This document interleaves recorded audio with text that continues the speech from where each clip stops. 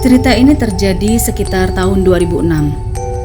Waktu itu, saya bersama beberapa teman kuliah sedang praktek kerja di Bojonegoro selama 1 bulan. Karena kami semua dari luar kota, otomatis kami mencari tempat kos di sana. Nah, setelah muter-muter, akhirnya kami cocok dengan satu rumah kos yang lokasinya dekat dengan alun-alun sekaligus dekat dengan lokasi praktek kerja atau magang kami. Cocok itu dalam arti bukan karena cocok yang seperti apa ya, tapi cocok adalah menyesuaikan dengan budget kami berenam.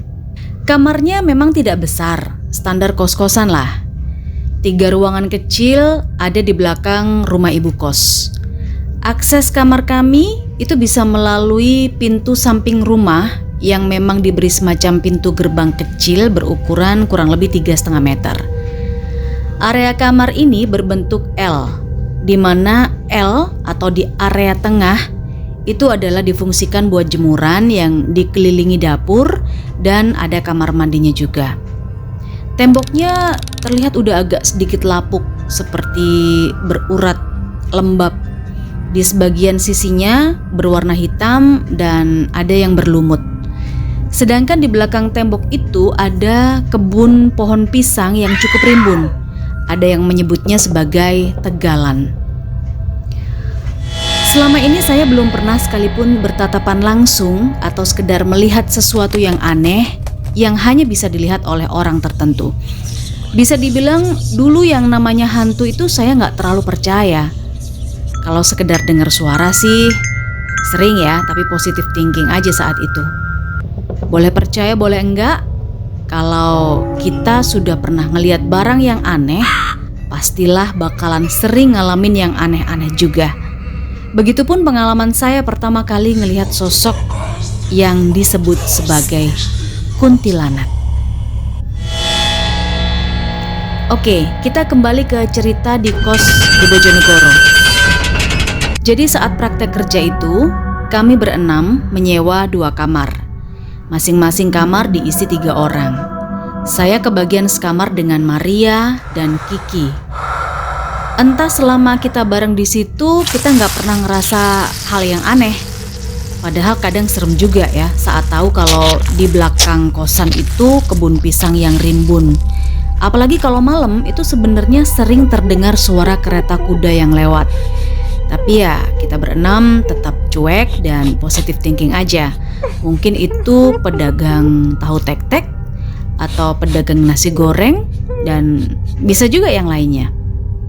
Jadi setelah hampir 1 minggu kita ngekos bareng, entah kenapa hanya saya saja yang sering banget begadang gak bisa tidur.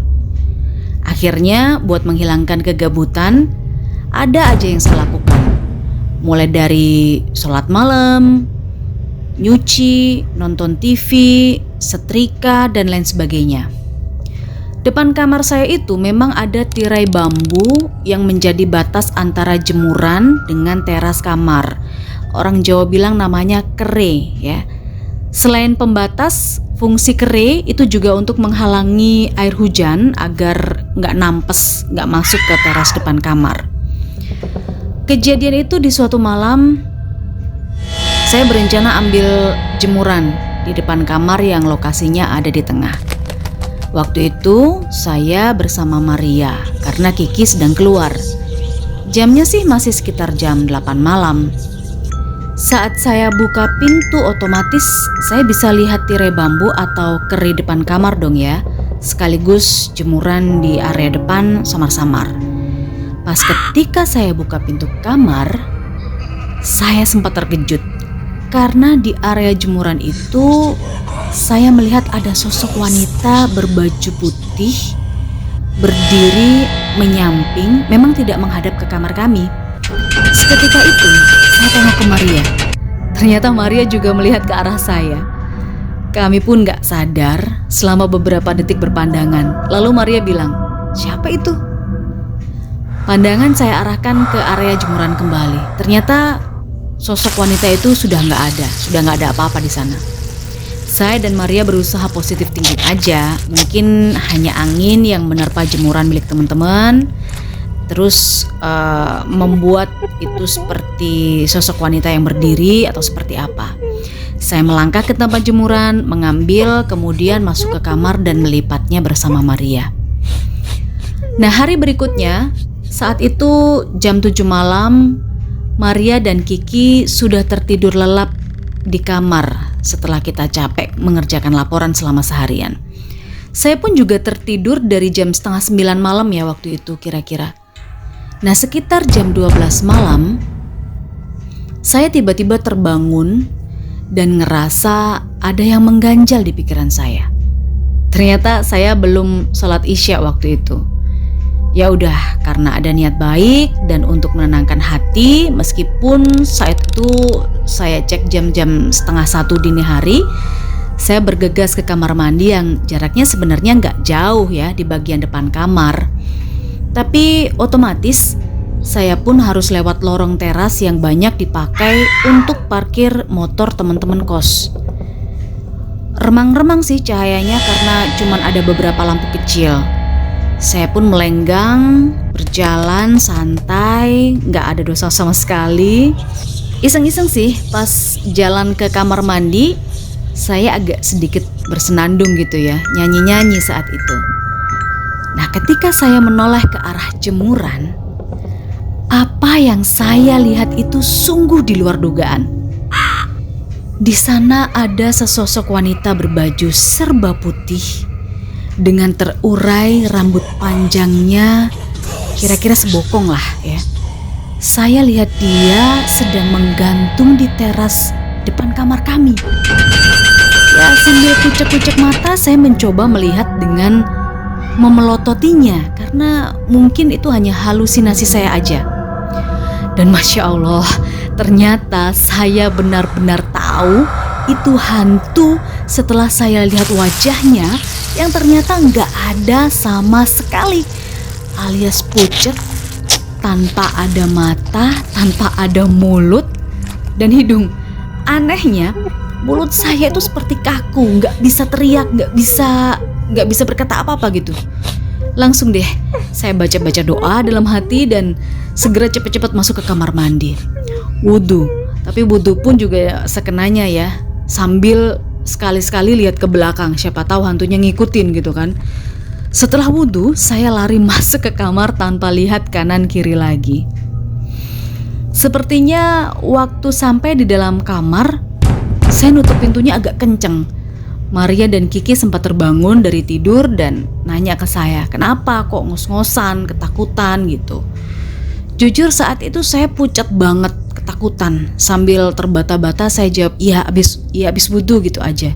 Dan selesai sholat, saya pun langsung tidur dengan kepala tertutup bantal.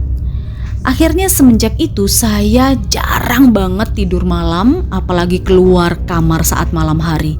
Kalaupun tidur harus sudah sholat, harus sudah ke kamar mandi, harus sudah ke kamar kecil, pokoknya sudah harus bersih-bersih badan dan gak akan pipis kalau gak bener-bener terpaksa. Teror sosok ini gak hanya sampai di situ aja sahabat Emma. Suatu malam kami bertiga entah kenapa terlibat obrolan seru sebelum tidur dari A sampai Z. Mulai dari cerita soal pacar masing-masing sampai ngomongin dosen.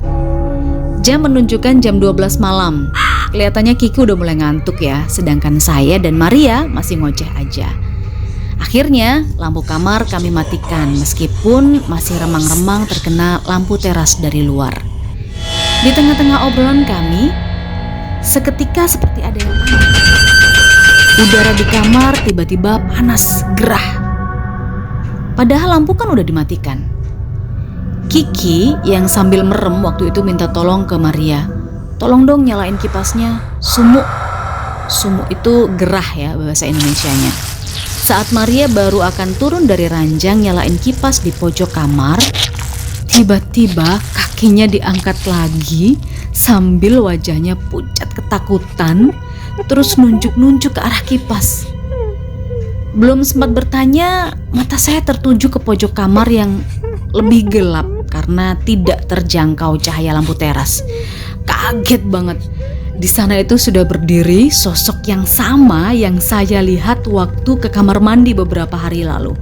Refleks, saya dan Maria langsung narik selimut sampai nutupin badan kami bertiga.